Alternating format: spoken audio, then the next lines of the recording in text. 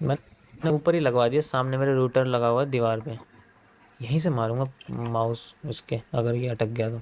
मुझे लाइट इसकी दिख रही है नीचे से जलती हुई, इसकी लाइट दिख रही है। तो हम लोग बात करेंगे अमाउंट के बारे में। ये अमाउंट का क्या खेल है, ठीक है। अब जैसे कि कल मैंने आपको अमाउंट के बारे में थोड़ा एक्सप्लेन किया था कि किस तरीके से हम लोग यूज़ कर सकते हैं, कैसे होता है, ठीक है। तो पहले समझो कि इस अमाउंट के कई सारे सोर्सेज हैं। अब जो हमें बेसिकली सेट करना है तो वो दो तरीके से होता है। एक होता है जिनके पास मनी होती है, ठीक है। दो तरीके के लोग होते हैं तुम्हें पता है। एक होते हैं मनी होती है, तीन तरीके के लोग होते हैं वैसे तो। और एक दो होते हैं, दूसरा होता है जिसके पास मनी नहीं होती, ठीक है। मतलब वो एक्स्ट्रा खर्चा नहीं कर सकता, वो इतना पैसा है ही नहीं। एक होती है मनी होती है लेकिन एक नंबर का कंजूस इंसान है, मनी यूज नहीं करेगा अपनी, उसका भरोसा नहीं किसी पे, तो इसे मैं लिख देता हूँ कंजूस। ये इसे जब तक फायदा नहीं मिलेगा ये इस्तेमाल नहीं करेगा। ये तीसरे लेवल के हैं, ये इन इन दोनों से ही बड़े लेवल के इंसान हैं। और किसी पे है भी नहीं फिर भी वो नहीं बोलेगा कि मेरे पे तो है लेकिन मैं करूंगा नहीं इस्तेमाल। तो चौथे उसमें वो आते हैं, लेकिन मैं अभी उनको ऐड नहीं कर रहा इसके अंदर क्योंकि वो यहाँ से भी बहुत बड़े हैं, ठीक है। अब जिनके पास है, अब बेसिकली उन्हें कोई दिक्कत नहीं होती, बस उन्हें ये रहता है कि मेरा ना पैसा जाए ना। जिनके पास पैसे नहीं होते उन्हें बस ये रहता है कि बस पैसा कहीं से मिल जाए, उसके बाद को देखेंगे। अब तीसरा जिनका पैसा होता है वो सबसे पहले देखेंगे मिलेगा कितना। उन्हें इससे मतलब नहीं मेरा जाएगा कितना, उन्हें बस इस चीज़ से कंजूसी है कि मुझे मिलेगा कितना। जिनके पास पैसा होता है उन्हें डर रहता है कि पैसा जाएगा तो नहीं, सबसे पहले इंपॉर्टेंट, क्योंकि हर जिसका पैसा होता है ना उसे हमेशा इसी चीज़ का डर रहता है कि कहीं और कमाने के चक्कर में मेरा ये ना चला जाए। तो इसीलिए हर बड़ा बंदा अपने पैसे सोच समझ के लगाने की कोशिश करता है, वो ऐसे कहीं भी पैसे नहीं डाल देता। अब यहां पर बेसिकली, अब ये क्या बना दिया मैंने, चलो कोई बात नहीं छोड़ो।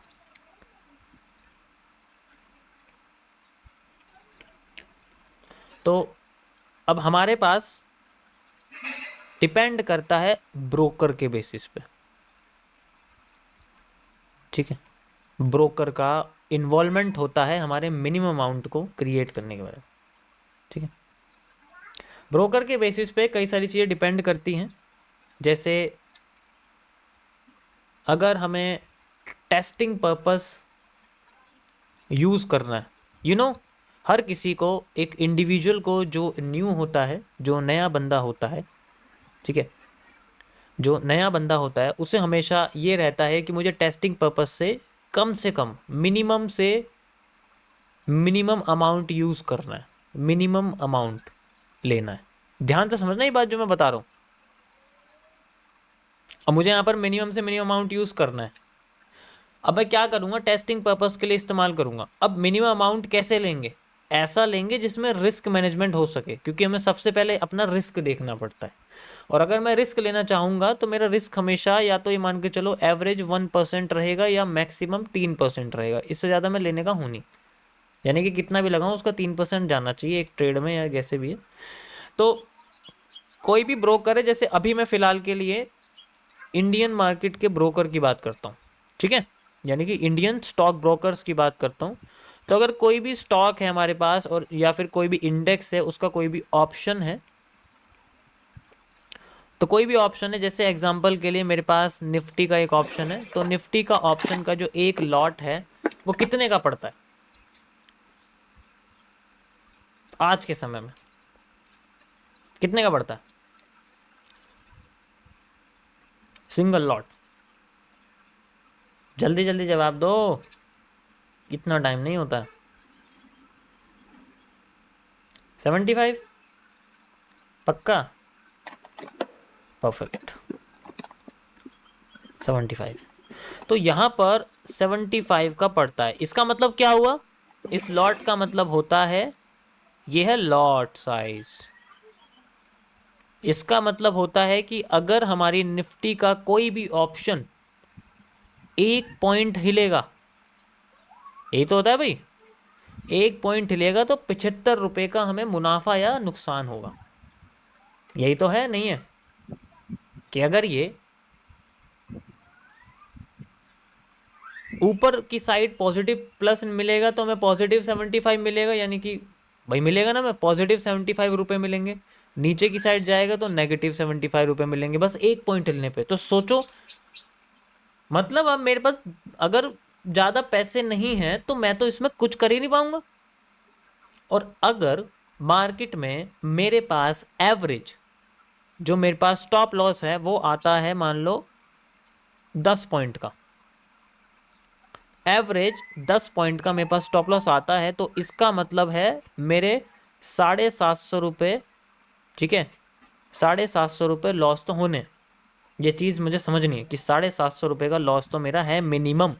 ये मेरा एक ट्रेड का एवरेज लॉस है। एवरेज 10 पॉइंट का स्टॉप लॉस आएगा, नहीं आएगा? जल्दी बताओ। अभी मैंने 75 लिया है, तुम 25 भी कर सकते हो, मैं बस तुम्हें एग्जांपल दे रहा हूँ।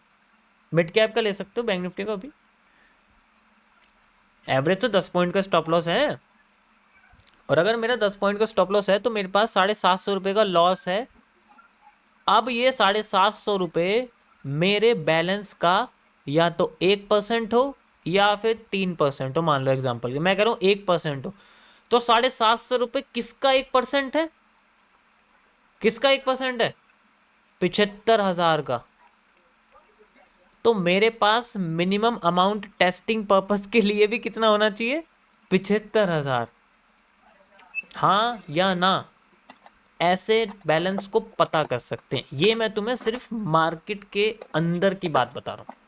अभी मैंने ब्रोकर का ब्रोकरेज, सेबी का चार्ज, सिक्योरिटी ट्रांजैक्शन टैक्स और बाकी के टैक्सेस को इंक्लूड नहीं किया है। अगर आप उनको इंक्लूड कर दोगे तब तो शायद ज़्यादा बिगड़ जाए। बस मैं आपको एक रॉ, एक कच्चा चिट्ठा बता रहा हूँ।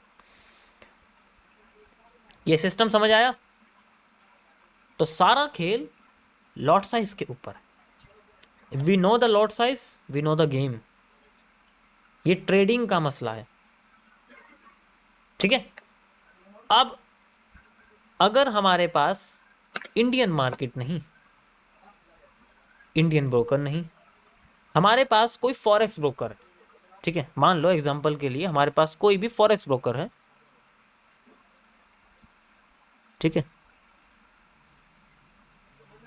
जो दूसरी किसी कंट्री में या हमारी कंट्री में कोई भी फॉरेक्स ब्रोकर लीगल तरीके से काम कर रहा है, तो इनका लॉट साइज अलग तरीके से काम करता है। जैसे इनका लॉट होता है 0.01 से, सबसे कम हम इतना लॉट यूज कर सकते हैं। 0.01 का मतलब होता है अगर आपका अकाउंट INR में है तो इसका मतलब है 1 रुपया। तो 1 पॉइंट हिलेगा तो 1 रुपये का प्लस और माइनस होगा। तो सोचो कितना कम है। मैं यहाँ पर 100 रुपये से भी स्टार्टिंग कर सकता हूँ, बिल्कुल कर सकता हूँ। अगर मेरा अमाउंट डॉलर में है तो थोड़ा सा बड़ा हो जाएगा, वो वहाँ मुझे डॉलर यूज करना पड़ेगा। तो अगर मान लो मेरा रुपए में नहीं डॉलर में है, ठीक है, अकाउंट, तो मेरा यहाँ 0.01 सेंट है, इसको बोलते हैं हम लोग सेंट। तो मेरे पास अभी 1 सेंट का लॉट है। तो अगर मार्केट 1 पॉइंट हिलेगी नेगेटिव में तो मुझे -1 सेंट मिलेगा, अगर पॉजिटिव हिलेगी तो +1 सेंट मिलेगा, ठीक है। तो अगर मुझे देखना है कि अब ज़्यादातर फॉरेक्स मार्केट में फॉरेक्स के जो पेयर्स होते हैं, कोई भी पेयर्स है, जैसे यूरो USD है, ठीक है, जैसे USD JPY है, इन सब के अंदर जो एवरेज लॉट, एवरेज जो स्टॉप लॉस आता है वो कम टाइम फ्रेम पे भी ज़्यादा मान के चलो, मैं आपसे कह रहा हूँ 100 पॉइंट्स का आता है, जिसे हम लोग पिपलेट्स भी कह सकते हैं। 100 पिपलेट्स का आता है, ठीक है, या फिर हम इसको 10 पिप्स भी कह सकते हैं, बिल्कुल। अब 100 पॉइंट्स का मान के चलो एवरेज स्टॉप लॉस आ रहा है। मैं अभी पिप्स में नहीं, पॉइंट्स में बात कर रहा हूँ। अब अगर इतना आ रहा है, एवरेज मान के चलो इतना आ रहा है कि भाई आ ही रहा है, मैं टाइम फ्रेम कम ही रख रहा हूँ, इतना मेरा आ रहा है, तो इसका मतलब है कि 100, इसका मतलब है कि 100 सेंट, 100 सेंट में $1 होता है। तो मेरा $1 का लॉस आ रहा है। अब मेरा जो $1 का लॉस है पर ट्रेड का, वो मेरे बैलेंस का या तो 1% होना चाहिए या 3% होना चाहिए। तो इसके हिसाब से मेरा जो बैलेंस है वो कितना बैठेगा? $100 से लेके $300 तक। मतलब 8,000 रुपये से लेके 24,000 रुपये तक। इस तरीके से हम लोग अपने बैलेंस को फाइंड आउट कर सकते हैं for just practice purpose, testing purpose. ठीक है, किसके हिसाब से? या तो प्रैक्टिस पर्पस या फिर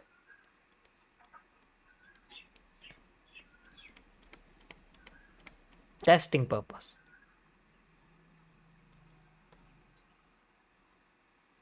समझ आया?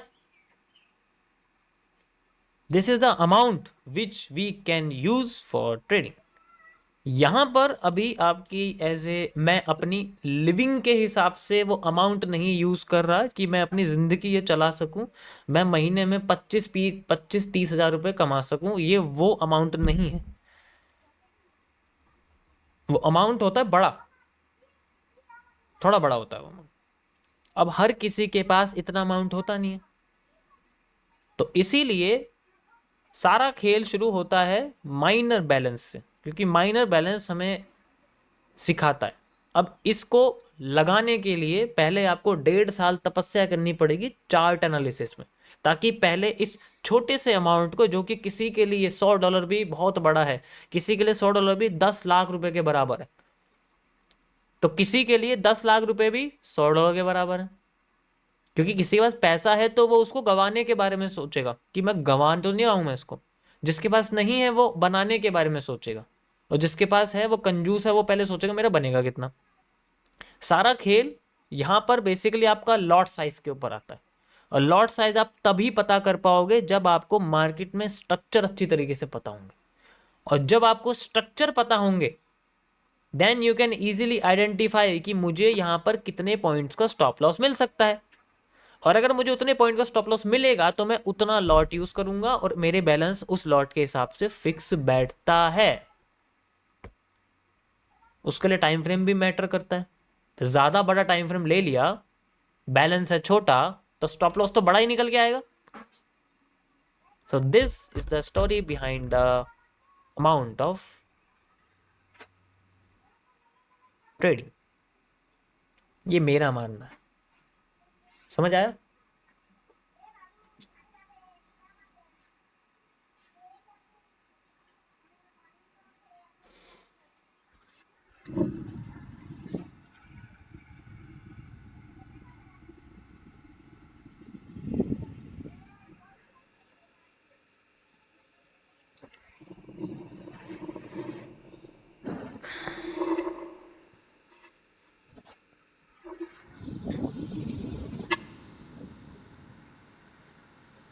अब जब हमारे पास, अभी मैंने सिर्फ आपको सिस्टम समझाया है, ट्रेडिंग नहीं समझाई है। अगर मान लो हमारे पास पॉजिटिव हो रहा है बैलेंस, धीरे धीरे करके पॉजिटिव हो रहा है, प्रॉफिट हो रहा है, लॉसेस भी हो रहे हैं लेकिन प्रॉफिट भी हो रहा है, तो जैसे जैसे अमाउंट बढ़ता जा रहा है वो अमाउंट सेम लॉट यूज नहीं करते। उसके लिए हम लोग पॉजिटिव कंपाउंडिंग यूज करते हैं, जिसके बारे में आपको आगे आने वाले फेजेस में बताऊंगा पॉजिटिव कंपाउंडिंग कैसे यूज करते हैं। और जब हमारा बैलेंस बढ़ता बढ़ता एकदम गिरना शुरू हो जाए तो नेगेटिव कंपाउंडिंग कैसे यूज करते हैं। ऐसा नहीं है सेम ही क्वांटिटी से गिरते हुए बैलेंस पे भी यूज करते हैं, उसे भी कम करना पड़ता है। If balance is decreasing the amount of quantity also decreases, वो डायरेक्टली प्रोपोर्शनल होता है उसके साथ। सो ये था गाइज आपका testing purpose, minimum amount, how to use and everything. Okay, समझ आया सभी को?